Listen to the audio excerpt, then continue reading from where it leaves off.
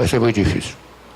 Porque daqui que a gente, pelo menos eu não vou ver, daqui que a gente tenha o transporte público que nos permita, por custo e benefício, deixar o carro em casa, morre o burro e o tocador. Acho muito difícil. Só tem essa solução que eu estou humildemente levando ao conhecimento do senhor, para ver se alguém me ajuda. Porque nem meu amigo Jaime Lerner que está conseguindo me ajudar. Tudo bem.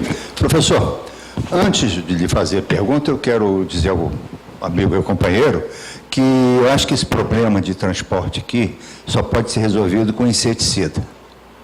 De forma que, né? Tem um negócio de uns insetos ali no meio, tá, um caso meio sério. Mas, professor, é o seguinte, eu, de uma certa forma, no início da sua palestra, eu fiquei um pouco preocupado com a sua colocação em relação ao automóvel. Assim, dava a impressão de que parece que é uma coisa da qual não poderemos fugir. Eu me pergunto o seguinte, se não é uma coisa da qual nós, no mundo inteiro, não teremos que fugir. Porque se você pensar só na China, de um desenvolvimento que está e com uma classe média em ascensão, cada vez maior, querendo imitar o padrão americano, que já está nos limites. Você já imaginou o mundo com essa poluição toda que vai ocasionar? Eu pergunto, não é muito mais negócio os governos começarem, e aqui no Brasil, eu vou falar em Brasil, pensar em dificultar o automóvel e começar a redirecionar a indústria automobilística para a produção de trens, de vagões, etc. Uma indústria pesada de transporte que absorva essa mão de obra, do que a gente ficar produzindo e estimulando o automóvel, porque esse governo fez isso, para estimular a economia, para dizer que está indo tudo bem, começou a dar dinheiro. Tem gente em cidades pequenas, eu tenho um cunhado que tem um negócio de finanças numa cidade pequena dessa aqui do estado do Rio, ele falou, Peter, tem um monte, desculpa a expressão, de Zé Mané que tem o carro que conseguiu comprar e que sai de carro de casa para estacionar no centro da cidade para dizer que saiu com o carro, porque não tem nem o que fazer, porque a cidade é desse tamanho. Então, nós estamos com um congestionamento causado por uma noção econômica de concentração em determinado setor, que eu acho que já estava para ser repensado. Eu concordo que a ideia que o senhor deu, eu achei muito boa. Claro que como um paliativo, como uma coisa para a gente começar a redirecionar. Mas tem essa experiência, por exemplo, de Singapura, que lá é o negócio. O carrinho mais baratinho é de $90 mil para cima. E tem um sistema viário de primeiríssimo. Ninguém precisa ter carro naquele lugar. E as multas são duríssimas. O estacionamento é caríssimo. É claro que Singapura é isso e estamos no Brasil. Mas eu acho que regionalmente, se a gente começasse a resolver, se houvesse coragem política, mas tudo nesse país passa por uma coisa que o senhor citou muito bem. É interesse político, coragem. E coragem política significa respeito pela cidadania, o que nós vemos diariamente que não tem aqui. Mas quanto a essa, mais especificamente, essa questão de começar a limitar o automóvel, o que é que o senhor acha? Bom, eu vou contar aqui uma historinha do início da indústria automobilística do Brasil, contada pelo homem que a fez. Eu estou citando muito saudoso amigo, mas o que é que eu vou fazer? Com 88 anos eu tenho que ter vários saudosos amigos. Obviamente, Lúcio Martins Meira, como primeiro-tenente, ele foi na comitiva do presidente que não tomou posse, Júlio Prestes, ao Nova York. Ele era oficial embarcado do cruzador Bahia. E lá, na inteligência, que garante a ele até hoje a maior média da escola naval, ele viu, tomou um choque com o progresso americano em relação ao nosso atraso. E foi pesquisar e viu que 6 entre 10 americanos viviam da indústria automobilística. No Brasil é maior o percentual. Ela é intocável. Ela é intocável. O que tem que fazer é condicionar o automóvel à situação de carro de passeio. Ele não pode substituir o transporte público sozinho com o motorista. Esse é o colesterol ruim Nós temos que ter o carro ocupado com 5 pessoas, para isso há um incentivo de preço, de prêmios altos toda semana. O senhor não pode enfrentar o lobby da indústria automobilística, que é das maiores indústrias em todo o mundo. Não há como. Não vamos dar uma aqui de Don Quixote. Se bem que eu me acho Don Quixote. Obrigado.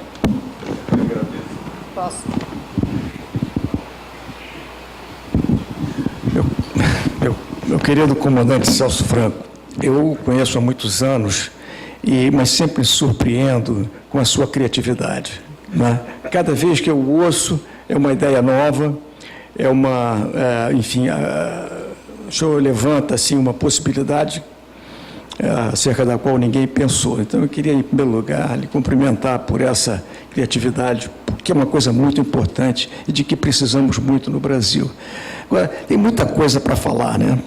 Quando a gente se trata de mobilidade. Mas eu gostaria de falar duas coisas. Essa questão do automóvel e também do BRT. Há 20 anos atrás, tinha um amigo meu que costumava dizer o seguinte: a sorte do mundo é que a China é comunista. Porque já pensou se cada chinês tivesse um automóvel, o que ia ser, né, do meio ambiente? E está acontecendo isso agora.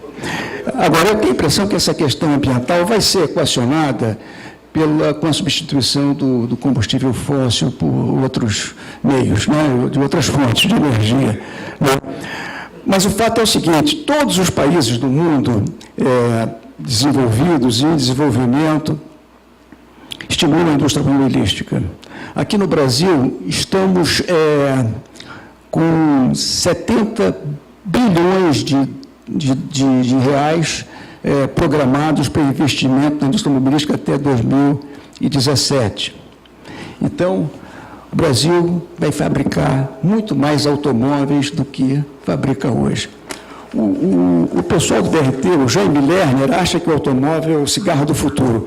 Eu não acredito nisso. Eu acho que nós vamos chegar a uma solução de compromisso nessa história.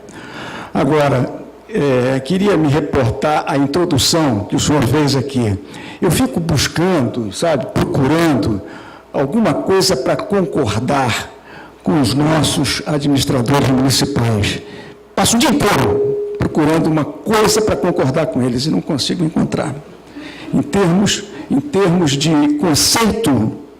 de conceito a respeito de transporte e de mobilidade urbana.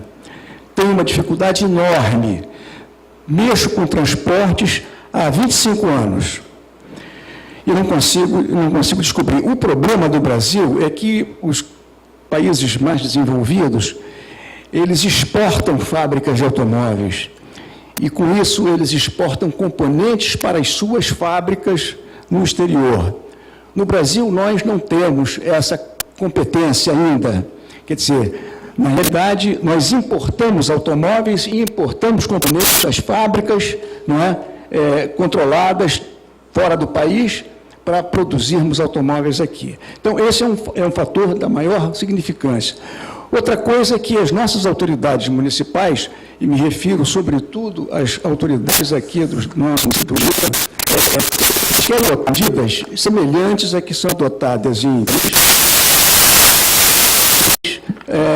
quando, na realidade, nós temos aqui uma malha, uma rede de transportes públicos sobre trilhos que permita esse tipo de política pública que eles querem impor. Então, eles fecham faixas, fecham retornos, fecham acessos, né, e fecham ruas.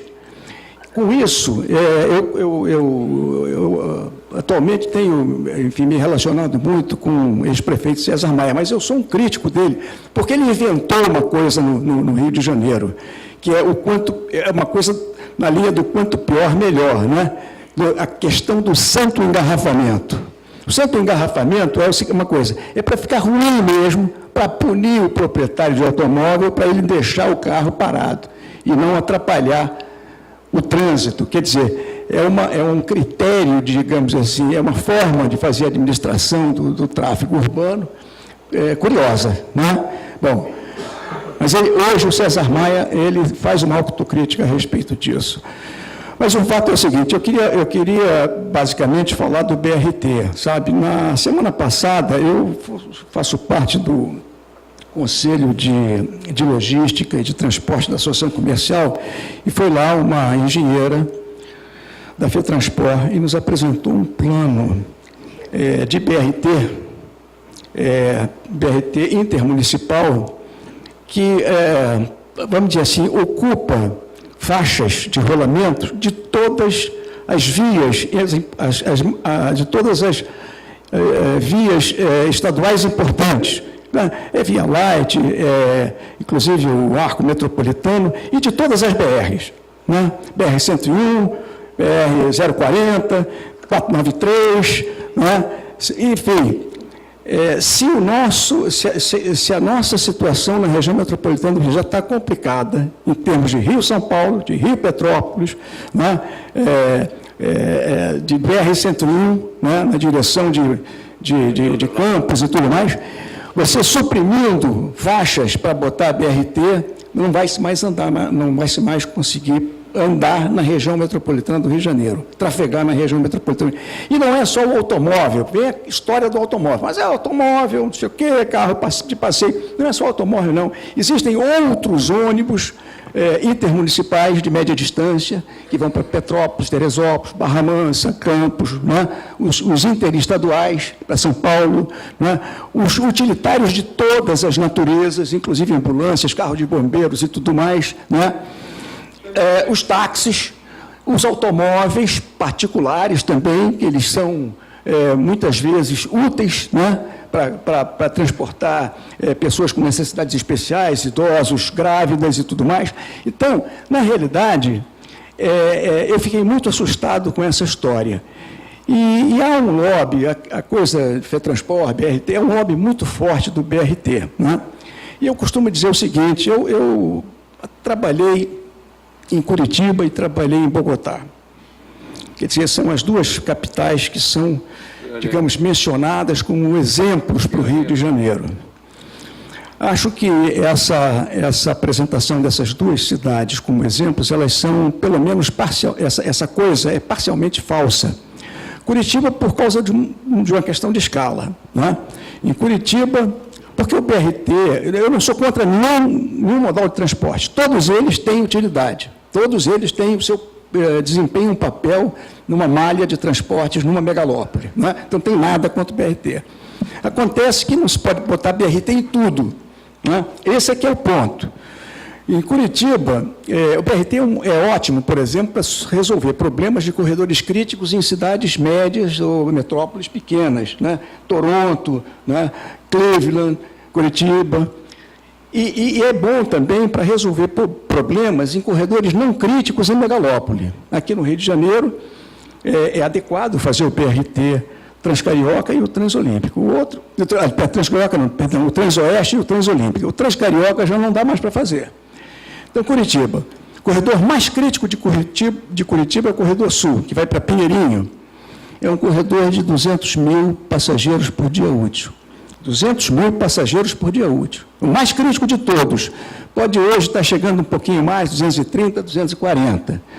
O outro é do Boqueirão, que é um corredor de 100 mil passageiros por dia, uma demanda de 100 mil passageiros por dia útil. Aqui, o Transoeste é uma coisa da ordem de 150 mil para 200 mil, e o Transolímpica vai ser de 100 mil. Transcarioca, 600 mil. Avenida Brasil, 1 milhão. Então, é outra escala. Não dá para botar, não daria para botar. A solução BRT é inadequada para esse tipo de corredor, né?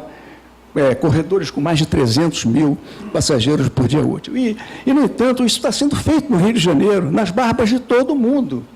E eu não vejo ninguém questionar essa história. E eles vêm com uma conversa, e isso é, digamos, muito estimulada pelo ex-governador Jaime Lerner e por uma entidade chamada ITDP, dizendo que o BRT consegue transportar 45 mil passageiros por sentido e por hora. Em Bogotá, quando eu trabalhava lá, esse número foi de uma, vamos dizer, de uma publicação panfletária da Prefeitura de Bogotá. Aí eu, nessa reunião lá, disse o seguinte, olha só, eu não quis ser indelicado lá com a engenheira, mas disse, olha só, deixa eu te dizer, eu vi um estudo em Bogotá, que é assim, o Headway do BRT lá, eles têm uma média de 3 minutos. Eles fizeram um ajuste de uma curva de distribuição normal em cima dos intervalos do BRT de Bogotá. 3 minutos. 2 minutos e 56 segundos. Não é? O desvio padrão de 35 segundos. Então, o que acontece? Quer dizer, 1%, mais ou menos, dos intervalos lá, 1% dos intervalos é de menos de 1 minuto. 1%. A média é de 3 minutos, e tem casos de até 5 minutos. Isso dentro do período de pico estendido, não é do dia inteiro, não. Então, eu disse assim, olha só, vamos pegar e vamos diminuir essa média para 2 minutos. Vamos diminuir a média para 2 minutos. Em Bogotá, vamos dizer assim, a composição mais usada tem uma capacidade de 250 passageiros. É um carro de 90 e 2 de 80. Tá? Eles entopem aquilo, botam 300 passageiros dentro do carro. Vamos botar 2 minutos. Vamos dobrar isso. Vamos colocar duas faixas. Vamos imaginar, então, que a gente consiga fazer um intervalo de 1 minuto. Esse intervalo de 1 minuto, ele é enganoso também, porque o correto é você medir o headway entre a saída de uma composição e a chegada do outro, e não entre as duas saídas. Mas vamos dizer que seja assim, né? 1 minuto de headway, 2 minutos numa faixa, 2 minutos na outra. Ora, se você tem 1 minuto de headway no conjunto, você tem 60 composições por hora, né? Com 300 passageiros por composição, você chega a 18 mil. Você chega a 18 mil. Quer dizer, você falar em 45 mil é brincadeira, pô. Então, é isso que é vendido aqui para nós, né? E fica essa história de a conversa é porque não tem dinheiro para fazer metrô. Agora, fica mais caro se você fizer uma conta, vamos dizer assim, em termos de benefícios e de custos, você não fazer metrô do que você fazer metrô. Eu vou parar por aqui, porque eu já falei demais, tá? Mas eu gostaria de ouvir a sua opinião sobre essa história. Tem só uma partezinha dele que já terminou. Eu assisti uma palestra do Lélio Teixeira, presidente da FETransport, que ele apresenta esse quadro. Aí ele bota metrô 60 mil com intervalo a cada 3 minutos. BRT 48 mil com intervalo a cada 18 segundos.